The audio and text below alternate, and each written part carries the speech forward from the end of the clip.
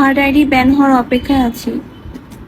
ও আচ্ছা, আমিও fourth ID খোলার অপেক্ষায় আছি। চিল ব্রো। টিকটক প্রেমীদের জন্য আজ একটি বড় দুঃসংবাদ নিয়ে আসলাম।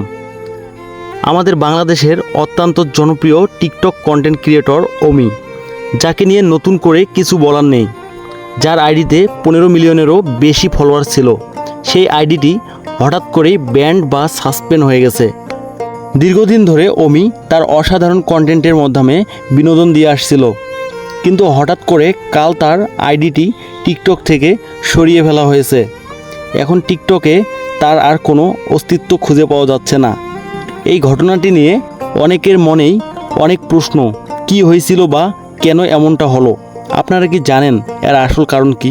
আপনাদের প্রিয় এই কন্টেন্ট ক্রিয়েটরের আইডি ব্যান হয় আপনাদের কেমন লেগেছে অবশ্যই আপনারা কমেন্ট করে জানাবেন। আপনারা যারা অমির নিয়মিত দর্শক বা তার কাজের ভক্ত, তাদের কাছে তার কন্টেন্টগুলো কেমন লাগতো, হঠাৎ এমনটা হলো বলে আপনার কি মনে হতে পারে? আপনাদের মতামত অবশ্যই আপনারা কমেন্ট করে জানাবেন। অমিকে কি আবার নতুন কোনো আইডিতে ফিরে পাওয়া যাবে? সময় এবং পরিস্থিতির অপেক্ষায় থাকলাম। সবাই ভালো থাকবেন, আল্লাহ হাফেজ। তো অবশ্যই আপনারা মতামত কমেন্ট বক্সে লিখে যাবেন। আর কারা কারা এই আমাদের অমিয়াপুর আইডি যাওয়াতে কষ্ট পেয়েছেন তারাও কমেন্ট করে লিখে যাবেন। আর চ্যানেলটি যদি এখনও সাবস্ক্রাইব করে না থাকেন অবশ্যই চ্যানেলটি সাবস্ক্রাইব করে ফেলবেন, কারণ এরকম হঠাৎ অজানা তথ্য সবার আগে আপনার কাছে নোটিফিকেশন চলে যাবে আপলোড করা মাত্রই। তো ধন্যবাদ, সবাই ভালো থাকবেন।